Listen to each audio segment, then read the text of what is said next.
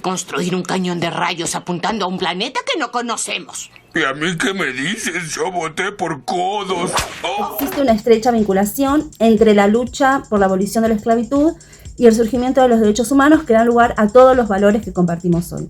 Esto nos permite comprender cómo la lucha por los derechos, por la libertad, por la abolición de la esclavitud impacta en nuestra forma de vida actual y en cómo le podemos poner freno, por ejemplo, a los abusos de poder por parte de la autoridad. A veces produce divisiones y fragmentaciones en la sociedad, como por ejemplo en el caso del video, observamos a Marge con una posición más crítica o Homero con una posición más irresponsable y una situación de no hacerse cargo de las decisiones tomadas como ciudadanía participativa.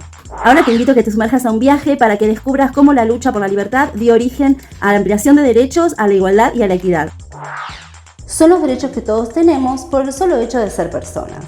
Por eso, los derechos humanos deben ser reconocidos en cualquier lugar del mundo y a todos los seres humanos, independientemente de su situación social, económica, étnica, religiosa. Se trata de atributos que hacen a la condición humana como la libertad, el trabajo, la igualdad, la cultura y se fundamentan en la dignidad humana. Durante siglos los derechos humanos no fueron reconocidos. Hubo que realizar esfuerzos individuales y colectivos y atravesar grandes luchas para que esto sucediera. Y aún en la actualidad subsisten en el mundo situaciones de desconocimiento de los derechos humanos. El término derechos humanos fue adoptado por la comunidad internacional después de finalizada la Segunda Guerra Mundial, cuando se creó la Organización de las Naciones Unidas y se aprobó la Declaración Universal de Derechos Humanos. Estos derechos están consagrados en instrumentos normativos, como declaraciones, convenciones y constituciones de distintos países. Comprender los mecanismos y acciones permiten hacerlos exigibles, es decir, hacen posible en la práctica su cumplimiento efectivo. El reconocimiento de los derechos humanos como tales se produjo en 1948, cuando quedaron plasmados en la Declaración Universal. Aunque antes de esa fecha, algunos de esos derechos ya habían sido reconocidos por algunos estados. La declaración les otorgó características nuevas y fundamentales. Características de los derechos humanos.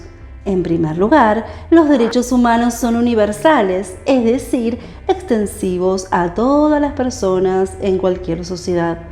Por eso se dice que son anteriores y superiores al Estado, y no dependen del mismo para que puedan ser exigidos.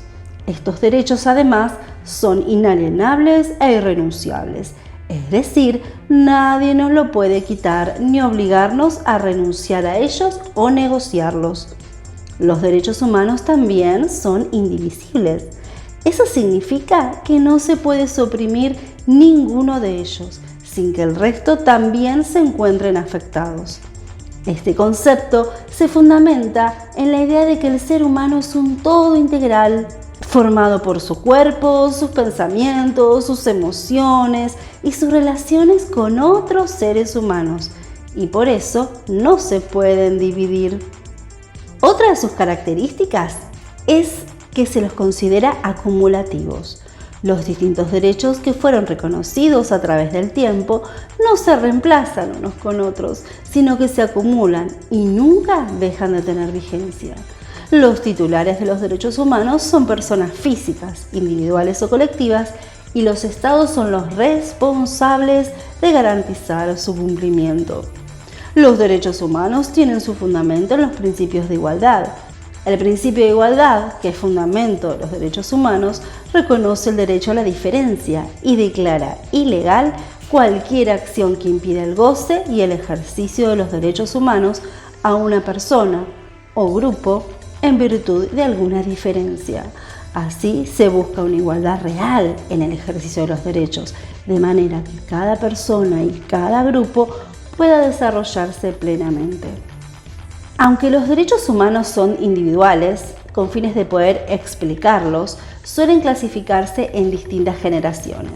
Esta clasificación alude al momento histórico en el que surgieron los diversos grupos de derechos. Derechos de primera generación son los derechos civiles y políticos, como el derecho a la vida, a la libertad, a la igualdad, a la propiedad consagrados primero como derechos libertades en las primeras declaraciones de los siglos XVII y XVIII. Los titulares de estos derechos son los individuos, las personas. Derechos de segunda generación. Son los derechos económicos, sociales y culturales, como el derecho al trabajo, a asociarse para conseguir mejoras en las condiciones laborales, a la salud, a la educación. Surgieron como derechos sociales productos de la lucha de los desposeídos y trabajadores del mundo durante fines del siglo XIX y la primera mitad del siglo XX. Estos derechos se vinculan con la vida de las personas en la sociedad. Derechos de tercera generación. Son los llamados derechos solidaridad, como el derecho a la paz, al ambiente sano, a la protección de las minorías, al uso de la ciencia y la tecnología. Fueron reconocidos en el ámbito internacional a partir de la década del 70. Se caracterizan por ser colectivos, porque están dirigidos a grupos de personas que disfrutan o ven afectados sus derechos por pertenecer a ese grupo. Y globales, ya que deben ser respetados por todos los países. En la actualidad también se está hablando de los derechos de cuarta generación. Serían, por ejemplo, los derechos al ciberespacio y a las nuevas tecnologías. ¿Conoces cuáles son tus derechos?